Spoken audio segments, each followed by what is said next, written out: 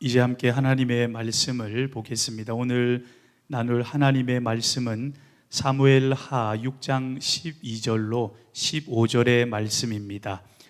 구약 471면의 말씀을 제가 봉독하겠습니다. 사무엘하 6장 12절로 15절의 말씀입니다.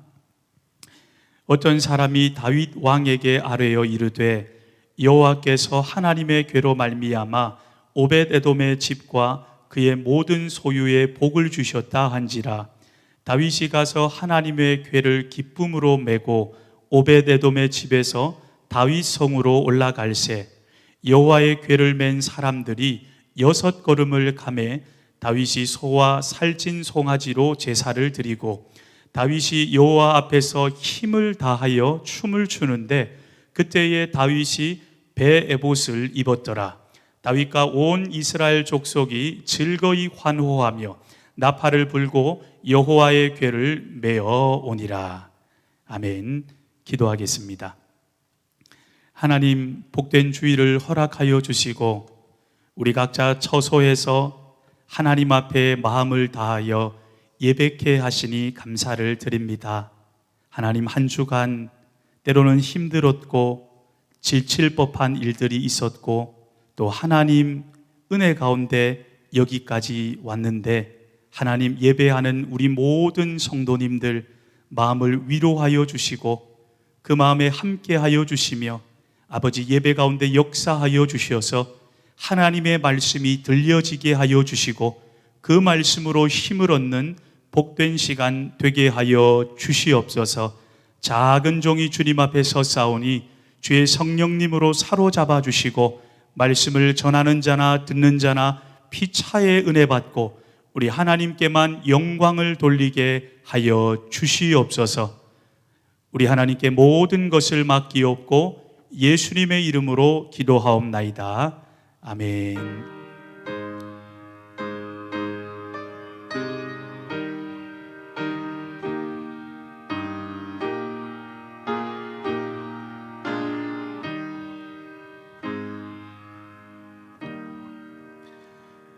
이 시간 찬양대 찬양의 시간인데 우리 관계상 우리 각자 자리에서 우리가 하나님 앞에 또 찬양으로 영광 돌리는 시간을 가지도록 하겠습니다. 우리 저번 주와 변함없이 주께와 엎드려 이 찬양 하나님께 드리고 우리 하나님 앞에 고백하며 우리 찬양으로 영광을 돌리겠습니다. 우리 시간 이 찬양 하나님 앞에 올려드리겠습니다.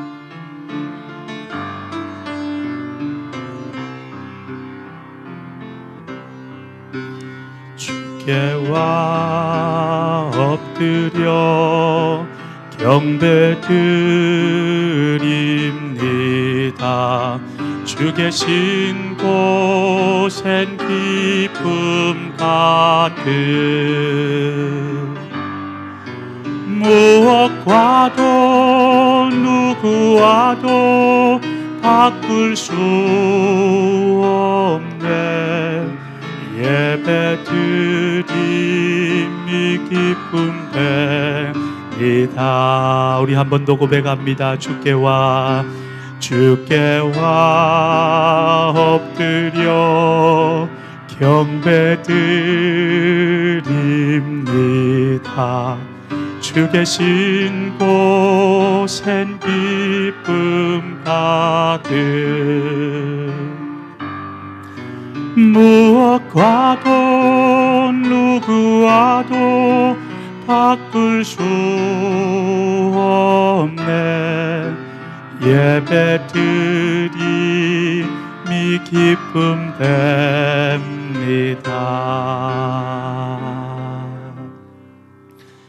아멘. 오늘도 각자 자리지만 박수로 우리 하나님께 영광을 돌리겠습니다. 하나님 감사합니다. 우리 예배를 통해 홀로 영광을 받아 주시옵소서. 여러분 반갑습니다. 복된 주일 오늘도 이렇게 영상으로 만나 뵙게 돼서 반갑습니다.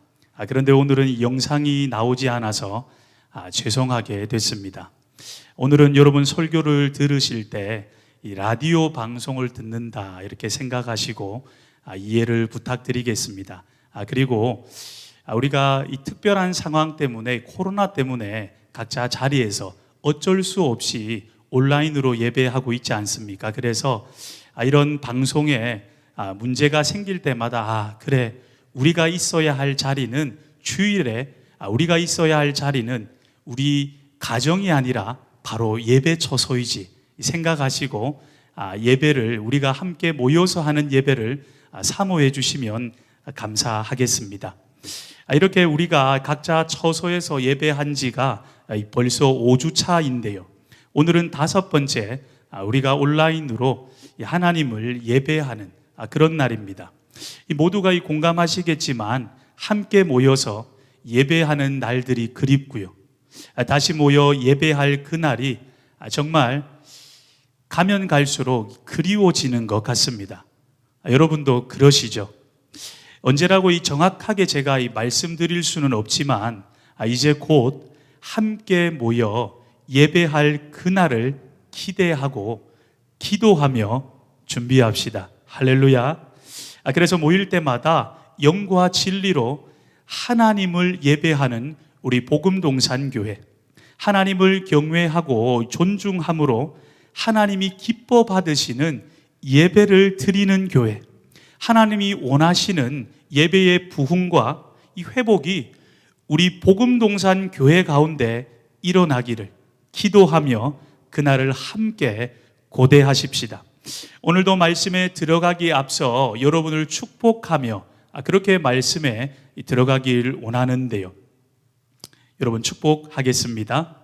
오늘도 온라인으로 함께 예배하는 모든 성도님들과 우리 복음동산 가족 위에 하나님의 보호하심과 은혜와 평강이, 그리고 특별히 예배의 회복과 부흥이 함께 하시기를 우리 주님의 이름으로 축원합니다.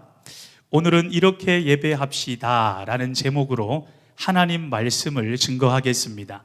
각자 자리에 계시겠지만 저를 따라 한번 고백해 주시겠습니까? 이렇게 예배합시다. 오늘 말씀은 예배를 이야기할 때 우리가 익숙하고 자주 등장하는 말씀인데요, 예배는 이렇게 드려야 한다 하며 우리는 주로 다윗을 이야기합니다. 이 다윗이 하나님의 법궤가 들어올 때 하나님의 앞에, 우리 하나님 앞에 힘을 다하여 춤을 췄던 것처럼 예배할 때는 이 다윗을 봐라, 그리고 다윗처럼 열과 성을 다해야 한다, 하나님을 기뻐해야 한다, 하나님을 기뻐하는 것이 우리의 힘이다, 이런 말들을 많이 합니다. 그리고 이런 다윗 하면 떠오르는 단어들이 있죠. 연상되는 단어들이 있습니다. 여러분, 다윗 하면 무엇이 떠오르시나요? 어떤 사람은 다윗, 하나님을 참 사랑했던 사람, 하나님을 사랑하는 사람 다윗. 그리고 또 어떤 사람은 다윗 하면 예배자이지, 예배자. 그리고 또 어떤 사람은 다윗, 하나님 마음에 합한 사람 다윗. 이렇게 여러 단어들을 떠오르게 하는 인물이 바로 이 다윗입니다. 오늘 본문은 여러분 아시는 대로 이 다윗이 이스라엘 통일 왕이 되고요, 그동안 방치해왔던, 사람들이 관심도 가지지 않고 방치해왔던 이 법궤를 모셔오는 장면입니다. 이 다윗은 여러분 아시는 대로 유다지파 왕으로 헤브론에서 약 7년 반 동안 왕으로 재위하고요, 그리고 그 후에 이스라엘 12지파 통일 왕이 됩니다. 그리고 다윗이 예루살렘에 가지고 오려고 하는 이 법궤는요, 예전에 이 블레셋과의 전투에서 빼앗겼던 법궤이죠. 그런데 하나님의 관건적인 역사 가운데 아비나답이라는 사람 집에 이 법궤가 안치됩니다. 아비나답은 이 법궤를 이 수십 년 동안 자기 집에서 모시며 섬겼는데요, 이 다윗은 아비나답 집에 있는 법궤를 예루살렘 자기 성으로 모셔오려고 하는 것이죠. 오늘 우리가 읽었던 이 본문 말씀은요, 법궤를 모셔오는 과정에서 있었던 일입니다. 원래 제가 사무엘하 6장 1절부터 오늘 말씀까지 읽으려고 했는데 좀 길어서 제가 읽었던 말씀만 읽었습니다. 저는 오늘 이 설교를 크게 세 가지를 중심으로 전개해 나가려고 하는데요. 세 가지를 여러분 말씀을 들으시며 기억해 주시면 감사하겠습니다. 첫 번째는 법계, 제가 이렇게 말씀은 드리지만 아직 법계에 대해서 생소한 분이 있을 거라 생각을 합니다. 그래서 그런 분들을 위해서 첫 번째는 법계란 무엇인가, 법계에 대해서 이 말씀을 드리고요. 그리고 두 번째는 이 다윗은 이 법계를 예루살렘 자기 성으로 모셔오는데 왜 다윗은 이 법계를 모셔오려고 했는지 그 이유에 대해서 두 번째로 말씀을 드리겠습니다. 그리고 마지막으로는 이 법계를 운반하는 과정을 통해 이 다윗이 변화된 모습을 보여주는데요. 이 다윗의 변화의 삶에 대해서 세 번째로 나누고 오늘 말씀을 맺도록 하겠습니다.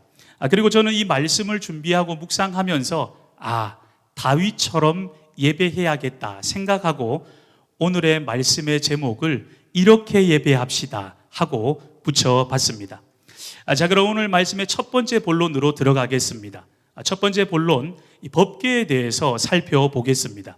여러분 잘 아시는 대로 이 법궤는 여호와의 궤, 언약궤, 이 증거궤라고도 부릅니다. 하나님께서 이스라엘 백성들을 애굽에서 나오게 하신 후에 하나님과의 만남의 장소, 예배의 장소, 이 성막을 만들게 하는데요.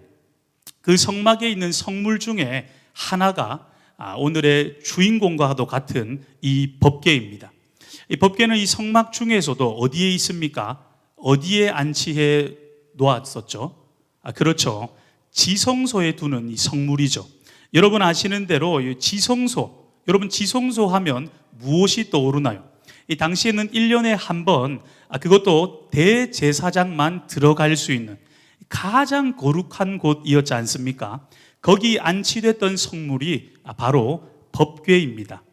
그리고 이 법궤를 좀 더 설명한다면요, 이 법궤는 길이가 약 120cm이고요. 그렇게 크지는 않습니다. 그리고 높이와 너비는 약 70cm이에요. 이 상자 같은 모양의 이 법궤는요, 성경에 보면 조각목으로 만들어라 이렇게 하나님께서 말씀을 하셨는데 아카시아 나무로 그렇게 법궤를 만들었습니다. 그리고 그것을 이 순금으로, 금으로 쌓는데요. 그러니까 이 법궤를 겉으로 보면 겉모양은 금이고요, 속에는 나무로 된 상자다 이렇게 말할 수 있을 것입니다. 그리고 궤를 이 사람들이 맬 수 있도록 궤에 이 금고리 넷을 만들었고요. 고리가, 제가 이 영상이 보이면 이렇게 손동작을 하려고 했는데 고리가 이렇게 아무튼 4개가 있습니다.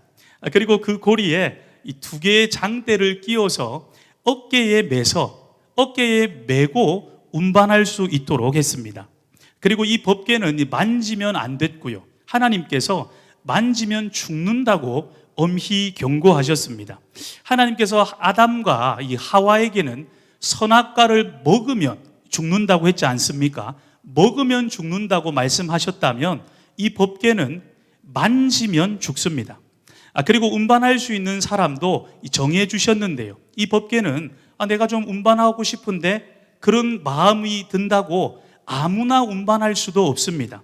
그러면 누가 운반할 수 있나요? 하나님께서는 그 운반은 레위 지파 중에 고앗 자손이 담당하라 그렇게 말씀을 하셨습니다. 그리고 이 특별한 이 법궤에는요, 덮는 이 뚜껑이 있습니다. 이 뚜껑이 있는데 그 뚜껑의 이름은 속죄소 또는 시은좌라고 하는데요, 은혜의 보좌라는 뜻입니다. 은혜의 보좌. 여러분 한번 따라 고백해 주시겠습니까? 은혜의 보좌. 이 하나님의 보좌는 은혜가 넘치는 은혜의 보좌라는 것입니다. 그리고 왜 이 뚜껑을 이 속죄소라고도 하고 시은좌, 은혜의 보좌라고 하냐면요, 여러분 아시는 대로 1년에 한 번 대속죄일이 되면 이 대제사장이 이 백성들의 죄를 사하기 위해 이 속죄소 위에, 이 속죄소에 피를 뿌렸지 않습니까?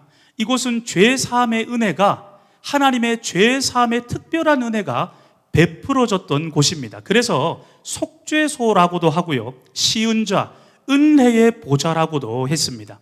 그리고 이 뚜껑에는 이 그룹이라는 하나님의 보좌를 지키는 이 두 천사가 있는데요. 그룹, 날개를 쫙 하고, 지금 제가 이제 손동작을 하고 있는데 보여드릴 수 없어서 참 안타깝습니다. 이렇게 날개를 쫙 펼치고 서로 이 마주대하고 있습니다. 그룹 말이죠. 그리고 이 그룹들 사이는 이 하나님의 보좌를 상징하는데요.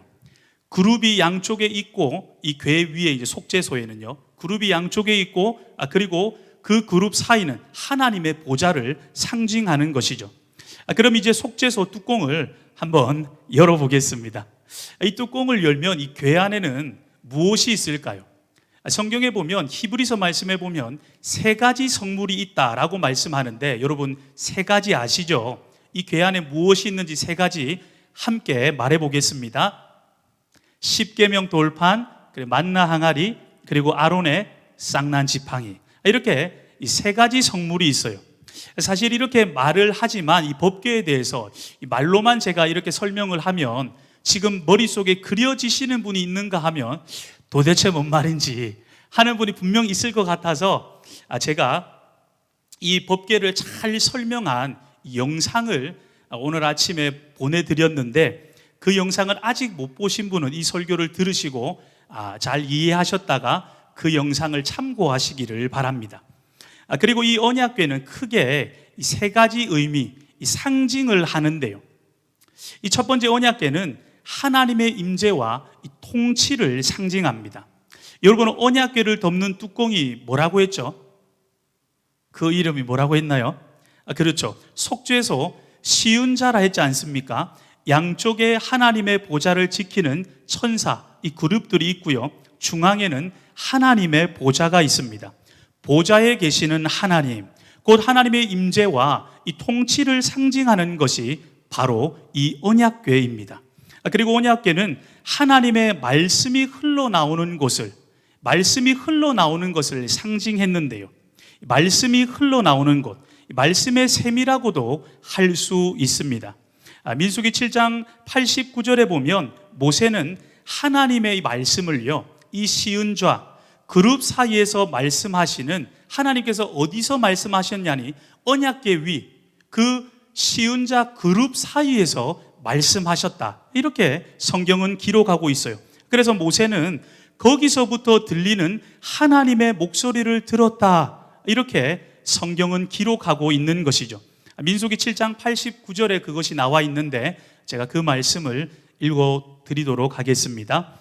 모세가 회막에 들어가서 여호와께 말하려 할 때에 증거궤 위 속죄소 위에 두 그룹 사이에서 자기에게 말씀하시는 목소리를 들었으니 여호와께서 그에게 말씀하심이었더라. 그리고 세 번째는, 언약궤는 이 죄 사함이 일어나는 장소였습니다. 아까 말했듯이 1년에 한 번 이 대속죄일 날 대제사장이 양의 피를 뿌리며 이 죄를 속죄하는 예식을 행했던 곳이죠. 그래서 언약궤 뚜껑 이름을 뭐라고 한다고요? 속죄소라고도 하고 시은자라고도 하는 것입니다. 다시 정리해 드린다면 이 언약궤는요, 하나님의 통치, 이 왕권과 임재를 상징하고요, 이 언약궤는 하나님의 말씀이 흘러나오는 셈, 말씀을 들을 수 있는 이 장소였습니다. 이 언약궤는 죄 사함이 일어나는 이 속죄의 이 장소였죠.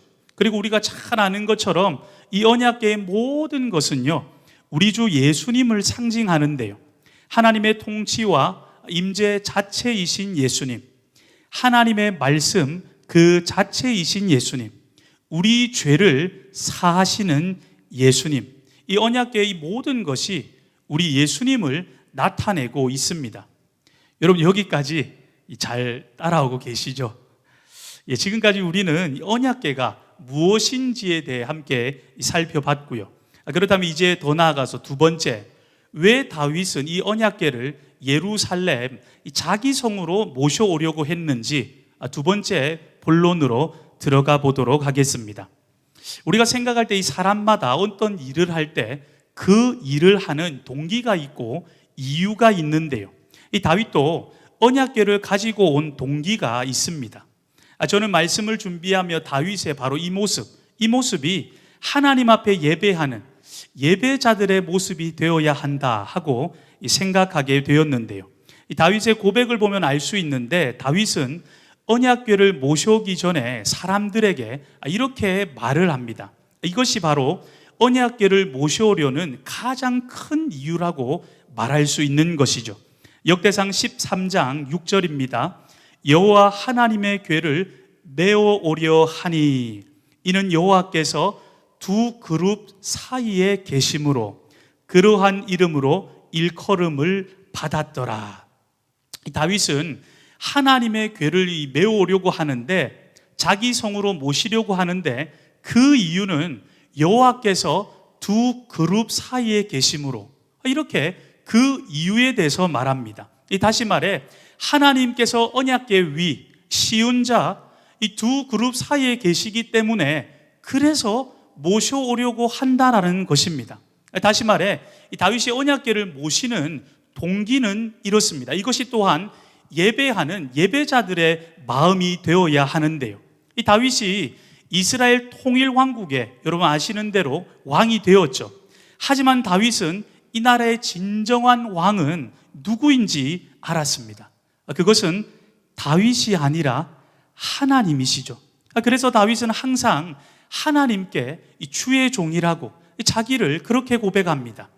다윗이 언약궤를 모셔오는 이 행동은요, 하나님이 이스라엘의 왕이십니다 하는 고백과도 같습니다.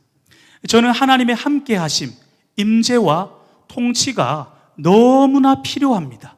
그것 없이는 살 수 없어요 하는 이 신앙 고백이 담긴 행동이 바로 언약궤를 모셔오는 것이었어요. 그리고 이것은 우리 삶에서 드려야 할 고백이고요, 예배드리는 예배자들이 가져야 할 자세입니다. 예배는요, 다윗처럼 이렇게 드리는 것이죠. 하나님, 이 예배는 하나님을 위해 모였고 하나님이 왕이십니다. 이 예배에 하나님의 임재가 없다면 아무것도 아닙니다. 하나님, 이 예배 가운데 함께 하시고 다스려 주옵소서. 이런 자세로 드리는 예배, 이렇게 고백하는 예배가 바로 언약궤를 가지고 오는 다윗의 마음으로 드리는 예배입니다. 그리고 이것이 바로 예배자의 자세이며 태도이죠. 그리고 이것은 우리 삶에도 마찬가지인데요, 이 다윗이 언약궤를 가져오는 것을 사모했던 것처럼 우리가 살아가며 우리가 삶 속에서 이 사모해야 할 것이요, 하나님의 함께하심, 바로 임재입니다. 이 성경에 보면 이 다윗은요, 어디로 가나 하나님께서 함께 하셨고 어디로 가나 하나님께서 이기게 하셨다 말씀합니다. 이것이 바로 우리가 사모할 바인 것이죠. 하나님의 임재, 하나님의 함께하심 말입니다. 그리고 더 나아가서 우리는 하나님의 통치를 가장 사모해야 하는데요, 그래서 우리는 삶에서 날마다 이렇게 고백할 수 있어야 할 것입니다. 하나님, 저는 하나님 없이는 살 수 없습니다. 저는 하나님의 임재와 통치가 필요합니다. 제 인생의 왕은 하나님이십니다. 하나님, 저를 다스려 주세요. 그리고 우리는 가정에서도 이렇게 고백할 수 있어야 할 것입니다. 하나님, 우리 가정의 왕은 하나님이십니다. 우리 가정에는 하나님의 임재와 통치가 필요합니다. 왕이신 나의 하나님, 우리 가정을 다스리소서. 하나님의 함께하심, 이 임재와 통치에 대한 갈망에서 이 다윗은요, 언약궤를 모셔오는 행동이 나왔던 것입니다. 이 행동은 다른 것이 아니라 하나님의 임재와 통치를 갈망함으로 했던 모습이었던 것이죠. 그리고 두 번째, 일맥상통하면서도 이 다윗이 이 법궤를 가지고 온 또 다른 이유는요, 역대상 13장 3절에 나와 있습니다. 이 말씀도 제가 읽어드리겠습니다. 역대상 13장 3절입니다. 우리가 우리 하나님의 궤를 우리에게로 옮겨오자. 사울 때에는 우리가 궤 앞에서 묻지 아니하였느니라 하매. 이 다윗은 하나님의 궤를 가지고 오는 또 다른 이유에 대해 이렇게 말합니다. 사울 때에는 우리가 궤 앞에서 묻지 아니했다. 사울 때에는 궤 앞에서 묻지 아니했기 때문에 우리가 이 언약궤를 가지고 오자라는 겁니다. 여러분, 제가 아까 하나님의 궤의 이 상징과 기능 중에 하나가 뭐라고 했죠? 말씀의 샘. 그렇죠. 이 말씀이 흘러나오는 곳이라 했지 않습니까? 그런데 다윗이 말하는 것은 사울이 왕이었을 때는 궤 앞에서 묻지 않았다라는 거예요. 다시 말해 하나님의 말씀을 듣지 않았다는 것입니다. 사울은요, 자기 생각대로, 자기 방식대로, 자기 눈에 보기 좋은 대로 그렇게 나라를 다스렸습니다. 하나님이 왕이신데 사울이 자기가 왕노릇한 것이죠. 그런데 여러분, 우리가 생각해 볼 때 사울, 그의 마지막이 어땠습니까? 이 사무엘 선지자가 이 사울에게 이렇게 말을 하죠. 왕이요, 왕이 하나님의 말씀을 버렸으므로 하나님도 왕을 버려 다른 사람에게 왕의 자리를 준다고 그렇게 말을 합니다. 이 다윗은 하나님의 말씀을 버리는 것, 하나님의 말씀을 업신여기는 것이 얼마나 무서운 결과를 초래하는지 너무나도 잘 알았습니다. 그래서 다윗은 왕이 되자 하나님의 말씀을 듣기 위해 그 말씀에 청종하기 위해서 언약궤를 모셔오자라는 것입니다. 그 말씀의 셈을 가지고 오자라는 거예요. 이것은요, 하나님의 말씀 앞에 무릎을 꿇는 모습입니다. 내 마음대로 하지 않고 하나님의 말씀대로 하겠다는 것입니다. 내 뜻을 내려놓고요, 하나님의 뜻을 붙잡겠다라는 행위이죠. 하나님이 이 나라와 나의 왕이라는 것입니다. 그리고 이것은 또한 우리 예배와 이 삶에서 적용해야 할 자세이기도 한데요, 우리는 늘 이런 마음으로 하나님 앞에 예배하는 것이에요. 하나님, 주의 말씀을 들으러 이 예배에 나왔사오니 말씀만 하옵소서. 주의 종이 듣겠습니다. 말씀만 하옵소서. 주의 종이 순종하겠습니다. 그리고 삶 속에서 그 말씀을 듣기 위해 다윗과 같은 마음으로 날마다 우리는 언약궤를 모셔오는 것이 아니라 이 성경으로 나가는 것입니다. 바로 이것이 오늘날 다윗이 언약궤를 가지고 오는 이 행동과 같다고 할 수 있는데요, 그래서 우리는 늘 이 찬양의 고백이 우리 삶의 중심이 되어야 할 것입니다. 여러분 다 아실 텐데 주님 말씀하시면 찬양 있지 않습니까? 주님 말씀하시면 내가 나아가리라. 주님 뜻이 아니면 내가 멈춰서리라. 주님 말씀하시면 내가 나아가리라. 주님 뜻이 아니면 내가 멈춰서리라.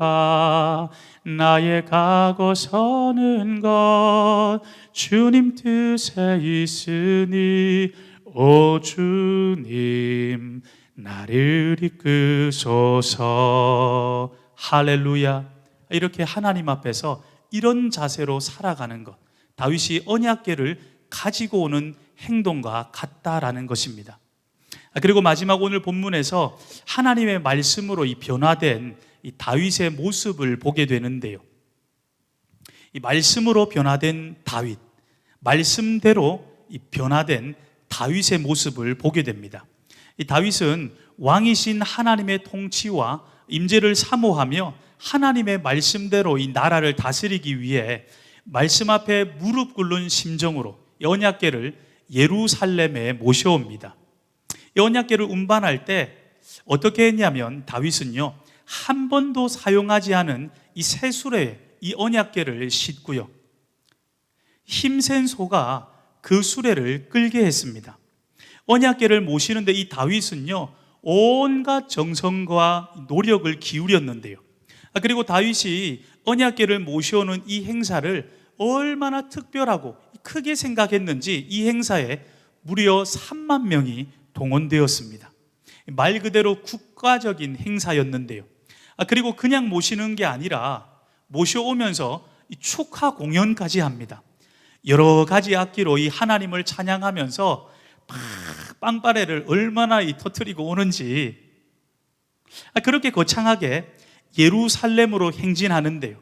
그런데 한참을 이렇게 거창하게 연주하고 하나님을 예배하면서 행진하고 있는데 이 수레를 끄는 소가요, 뭘 보고 놀랐는지 막 소가 갑자기 막 날뛰는 겁니다. 이 소의 발작 때문에, 그리고 하나님의 이 궤가 이 땅에 떨어질 위기에 막다뜨려졌어요. 그래서 바로 그때요, 옆에 있던 우사라는 아비나답의 이 아들이 하나님의 궤를 혹시나 떨어질까 봐 콱 하고 붙들었는데요. 그런데 하나님께서 궤를 붙들자마자 우사를 치셔서 그 자리에서 우사가 죽었습니다. 이 국가적인 행사에 지금 인사사고가 발생한 거예요. 그래서 악기 연주도 멈췄고요, 사람들의 행진도 멈췄습니다. 그리고 막 이 군중들이 계속 웅성웅성하는 소리만 들리는 것이죠. 야, 다윗이 뭐를 잘못했길래 이런 일이 일어나냐? 막 웅성웅성하는 소리만 들립니다. 그리고 이 다윗은 생각했죠. 하나님이 이 일을 기뻐하지 않으시나? 도대체 뭐가 문제일까? 이런 질문과 이 두려움 속에 이 다윗은요, 하나님의 궤에 가져오는 것을 3개월 동안이나 멈췄습니다. 그리고 그동안 이 법궤는요, 오벳 에돔이라는 사람 집에 머물렀는데요, 오벳 에돔이 3개월 동안 자기 집에서 그렇게 이 법궤를 모시고 섬겼던 것이죠. 그런데 어느 날 하루 이런 일이 일어납니다. 하루는 이 사람들이요, 이 다윗에게 찾아와서 이렇게 말을 하는 거예요. 폐하, 오벳 에돔이 이 집에 이 언약궤를 모시고 나서부터 집에서 엄청난 복을 받고 있습니다. 다윗에게 와서 사람들이 이렇게 말을 하는 거예요. 어떤 이제 역사학자는 이렇게 이야기를 합니다. 오벳 에돔이요, 법궤를 모시기 전에는 이스라엘에서 가장 가난한 사람이었는데 법궤를 모시고 나서 가장 이제 부자가 되었다. 조금 과장을 보탠 이런 이제 표현이기도 한 것 같은데 이렇게 말하는 학자도 있어요. 이 다윗은 그 말을 듣는데, 오벳 에돔 소식을 듣는데 하나님에 대한 오해가 풀렸습니다. 그리고 말씀을 통해서, 그러면 하나님께서 법궤를 모시는 거 싫어하지 않으시는데 뭐가 문제였을까? 뭐가 문제였을까? 고민하는 가운데 말씀을 통해서 하나님께서 모셔오는 것을 싫어하시는 것이 아니라 언약궤를 운반하는 이 방법이 잘못되었다는 것을 깨닫게 됩니다. 다시 말해, 말씀을 통해서 이 삶에 고쳐야 될 부분을 보게 된 것이죠. 여러분 한번 따라 고백해 주시겠습니까? 말씀을 통해 고쳐야 할 내 모습을 봅시다. 이 다윗이요, 뭐가 잘못됐을까 몰랐는데 말씀을 통해 고쳐야 할 자신의 모습을 보게 되었다라는 것입니다. 우리는 말씀을 통해 고쳐야 할 나의 모습을 보아야 합니다. 여러분, 다윗이 처음에는 이 새 수레의 언약궤를 운반했지 않습니까? 언약궤를요. 그런데 하나님의 말씀은 뭐라고 합니까? 언약궤를 수레에 실어서 그렇게 운반하라고 하죠. 그렇죠, 아니죠. 수레가 아니라 이 언약궤는 고핫 자손이 어깨에 매서 옮겨라고 말씀하셨습니다. 그리고 이 법궤는 우사가 넘어질까 만졌지 않습니까?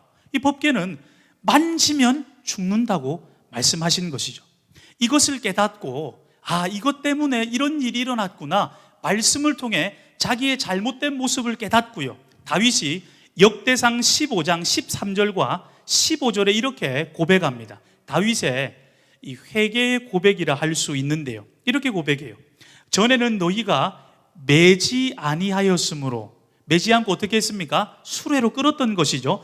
매지 아니하였으므로 우리 하나님 여호와께서 우리를 찢으셨으니 이는 우리가 규례대로 말씀대로 그에게 구하지 아니하였음이라 하니. 그리고 15절입니다. 모세가 여호와의 말씀을 따라 명령한 대로 레위 자손이 장대에, 이 채에 하나님의 궤를 꿰어 어깨에 매니라. 말씀을 통해 무엇이 잘못됐는가 깨닫고 말씀대로 돌아가는 다윗의 모습이자 고백입니다.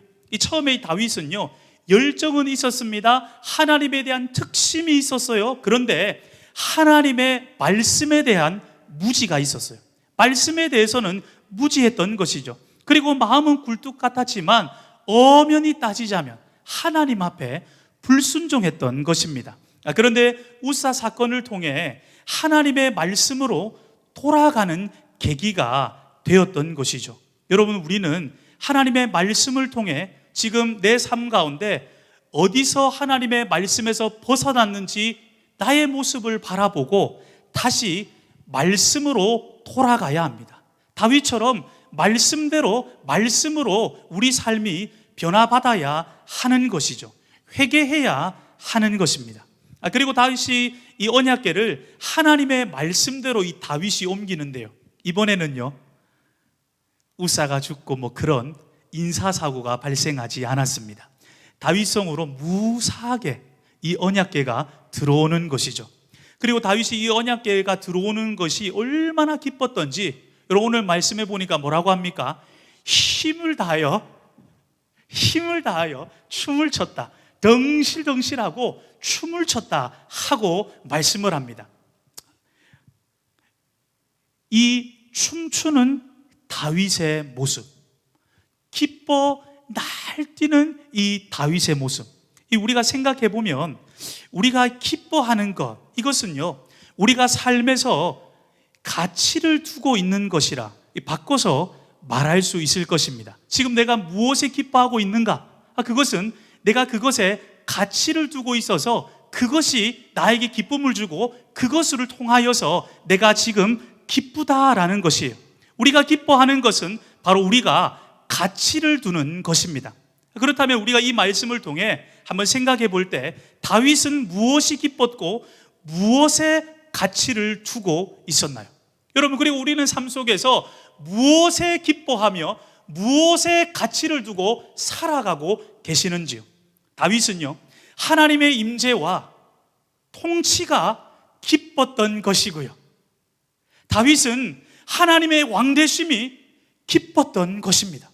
언약궤를 통해 이 나라가 하나님의 말씀대로 바르게 설 것이, 이것이 다윗의 가치였고 이것이 그의 기쁨이었던 것입니다.